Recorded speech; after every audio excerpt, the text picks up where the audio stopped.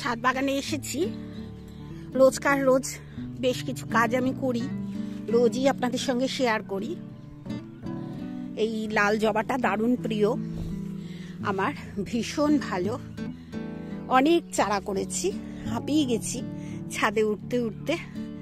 এত গরম পড়েছে যে কি বলবো। আর প্রচুর জবা আমার ছাদ বাগানে ফুটছে। এই দেখুন, এগুলো যেমন ফুটেছে, এই যে একটু কাছাকাছি নিয়ে দেখাই, দেখুন দারুণ লাগে। আবার দেখুন এইখানটাও ফুটেছে একসঙ্গে। এরকম অনেক জবা ফুটেছে আমার ছাদ বাগানে। আর কি বলবো, জল দিলেও গাছ নেতিয়ে যাচ্ছে, এতটাই গরম, প্রচুর গরম। আর এইভাবেই গরমের ভেতরেই আমাদের গাছ করতে হবে।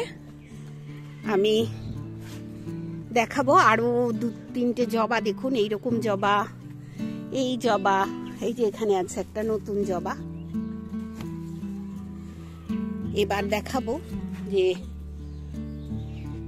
গাছগুলো আমি তুলে নিয়ে এসেছি, সেই গাছগুলো। এখানে ঝিঙে গাছ আছে 3টে, আর এটা এর ভেতর ঢেঁড়স হয়েছে। আর এই একটা বেড তৈরি করেছি একদম নতুন ভাবে, বুঝতেই পারবেন, পাতা সার দিয়ে। এই যে সব ঢেঁড়সের গাছগুলো তুলে এনেছি। কোথা দিয়ে তুলে আনলাম একটু দেখে নিন।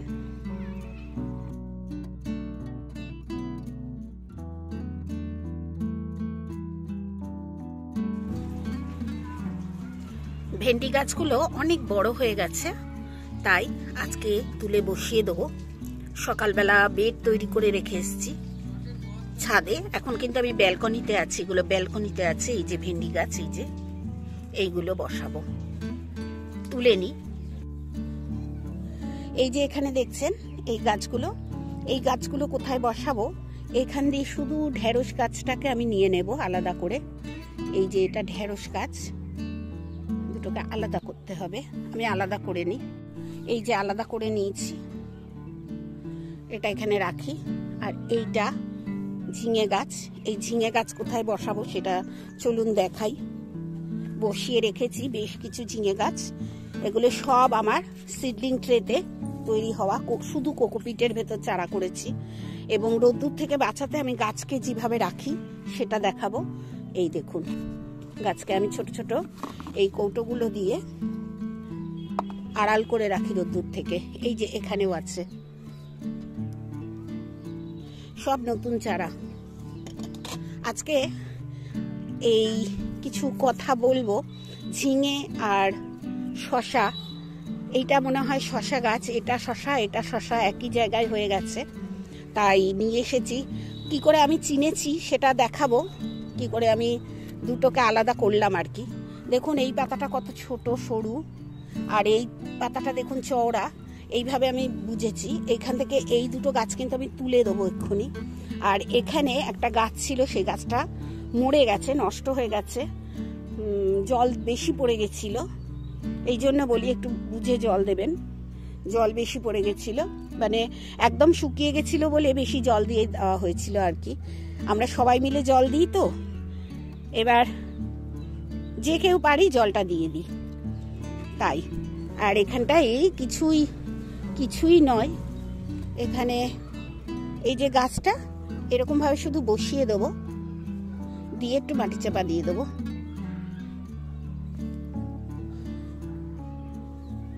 আর ঝিঙে গাছ আমার কাছে নেই, এখানে 3টে, আর এখানে আর যে এই দুটো শশা গাছ, দুটোকে তুলবো, তুলে লাগাবো। আর এই যে ভেতরে দেখছেন টবটা, ওই টবে এই শশা গাছ লাগিয়ে দেবো। এইরকমই টব ওইগুলো। এবার চলুন সেই যেটা তুলে আনলাম ঢেঁড়স গাছ, একটা ক্রেট সকালে কিভাবে আমি তৈরি করেছি সেটা দেখাবো। আজকে কিন্তু আমি এই গাছটার থেকে পাতা ছিঁড়েছি, বুঝতেই পারছেন একটু ন্যাড়া ন্যাড়া লাগছে। আর সেকেন্ডটা এইটা, সবসময় চেষ্টা করি একটা গাছের থেকে আর একটা গাছ করে রাখার। অনেক সময় যদি এই গাছটা নষ্ট হয়ে যায় তাহলে আমি এই গাছটা ব্যবহার করতে পারবো, এবং সেটাই আমার ছাদ বাগানে থাকবে। এই যে এখানে একটা বড় জায়গা, এটা একটা বোগেনভিলা। এটা আমরা একটা মিট আপে গেছিলাম, তার মানে গিফট পাওয়া বোগেনভিলা। আর এই যে দেখছেন, এই বেডটা আমি আজ সকালে তৈরি করেছি, জল দিয়ে ভিজিয়ে গেছি, খুব রোদ্দুর তখন। আমরা দুজনে মিলে তৈরি করি, ভারী তুলতে পারি না আমি। আর এখানে 3খানা গাছ দেবো, এইরকম 6খানা গাছ দেবো আর কি, মোট।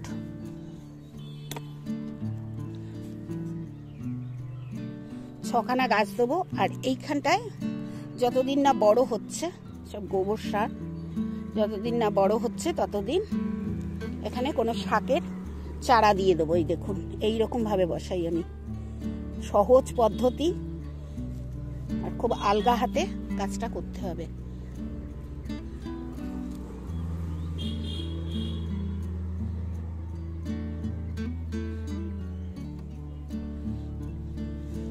ক্রেটটা যদি বলেন কি করে তৈরি করেছি, নিচে প্রচুর আমার বাগানের কাঁঠাল পাতা, নানা রকম গাছের পাতা আছে, কাঁঠাল পাতা, জামরুল পাতা, এইসব দিয়ে ভরেছি।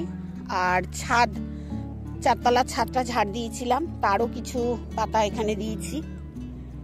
তারপর মাটি দিয়েছি, যে মাটি আমার প্রায় 2-3 সপ্তাহ ধরে তৈরি করা ছিল।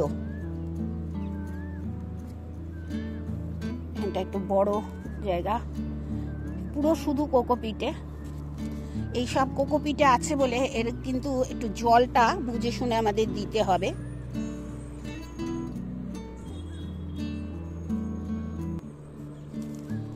এর কোকোপিটটা ঝরে গেছে, এই যে এখানে।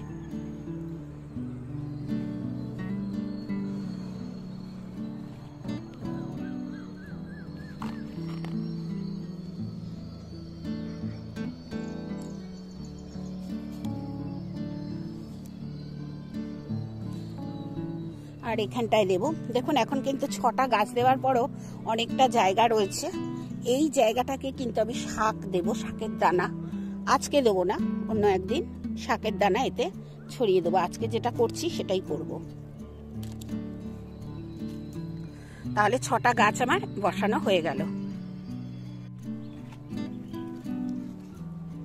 এখান থেকে নিয়ে এই যে চওড়া পাতা, বুঝতে পারছেন, এই চওড়া পাতা 2টো গাছ আমি বসিয়ে দিলাম। এবং এখান থেকে যে শশা গাছগুলো তুলেছি সেটা কোথায় রেখেছি সেটা দেখাবো।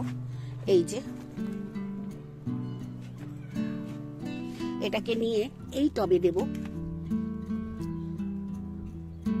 এই টবে দেব।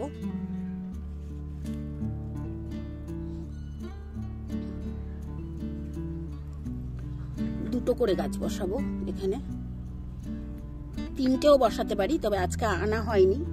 আমার সব ব্যালকনিতে গাছগুলো নিচে আছে, দোতলায়। পরবর্তীকালে আর একটা এনে বসিয়ে দেবো, এখানটা বসানো যাবে।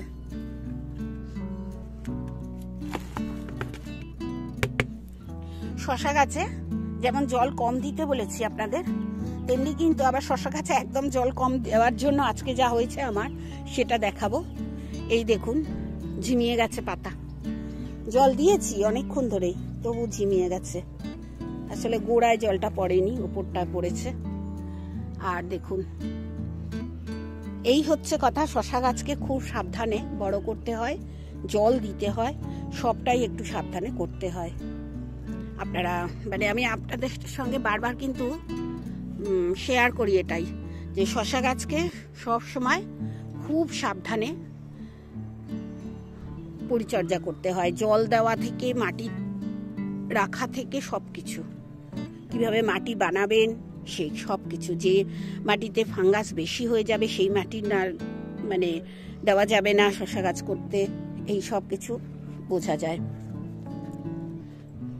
দেখেছেন অবস্থা, এই গাছটা মনে হচ্ছে আপনাদের একার তো ঝিমায় না, আমারও গাছ ঝিমায়। চেষ্টা করি, চেষ্টা করার পরও যখন ঝিমায় তখনই খারাপ লাগে। মানে চেষ্টা করি গাছটা ভালো থাকার, তবুও দেখুন ঝিমিয়ে গেছে। আর এই গাছটা দেখুন কি সুন্দর থোকা, কিন্তু লালও নয় আবার গোলাপিও নয়, এমন সুন্দর রং।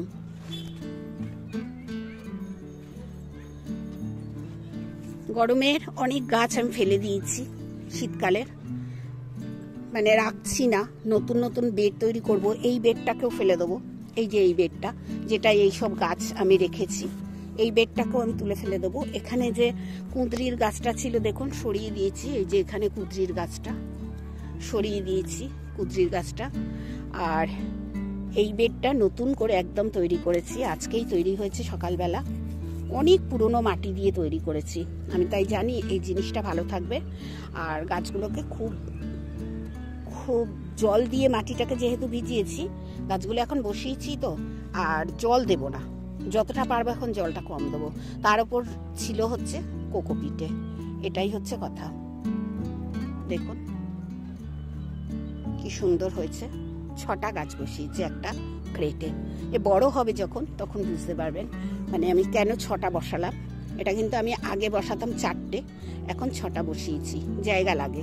আবার এটাতেও দেবো ভেন্ডি, তবে তার আগে এর মাটিটা ফেলে মাটি তৈরি করব, তারপর এটা ফেলে দেবো, এটা ফেলে দেবো। পেঁয়াজ উঠে গেলেই কিন্তু আমার এই ক্রেটটাও ফেলে দেবো, এগুলোতে আর কিচ্ছু করব না। এখানটায় নতুন করে আরও একটা ক্রেট দিয়ে দেবো। ক্রেট আমার কাছে প্রচুর আছে, ব্যবহার করি না, শীতকালে যেমন গ্রো ব্যাগ বেশি ব্যবহার করি। আর এই গাছটা দেখছেন, এটা কিন্তু নিজের হাতে কাটিং করেছি, অনেক রকম গাছ। এটা হাসনুহানা, দেখুন হাসনুহানাটাও হয়ে গেছে। এরকম প্রচুর গাছ আছে। আর এগুলো সব জবা, জবাগুলো আমি বলতে পারবো না আসলে, জবাগুলো এখন যতক্ষণ না একটা ফুল ফুটবে বলা যাবে না। নানা রকম জবার ডাল নিয়ে নিয়ে বসিয়ে দিয়েছিলাম এর ভেতর, দেখুন।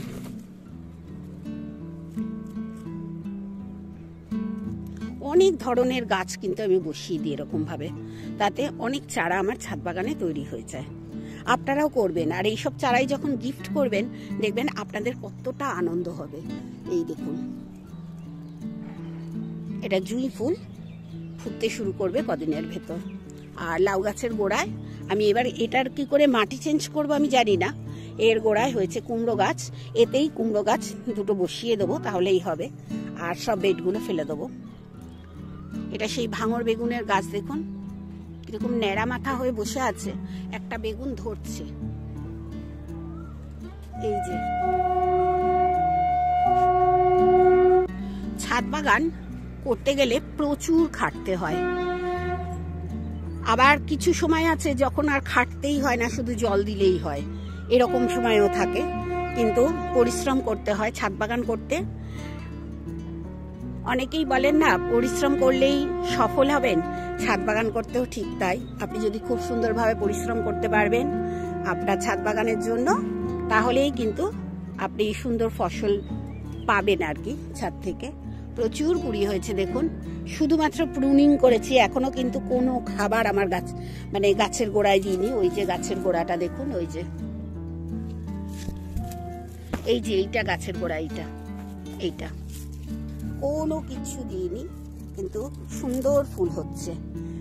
ছাদ বাগানকে ভালোবাসবেন আপনার গাছদের, দেখবেন আপনাকে সুন্দর করে তারা ফুল ফলে ভরিয়ে দেবে।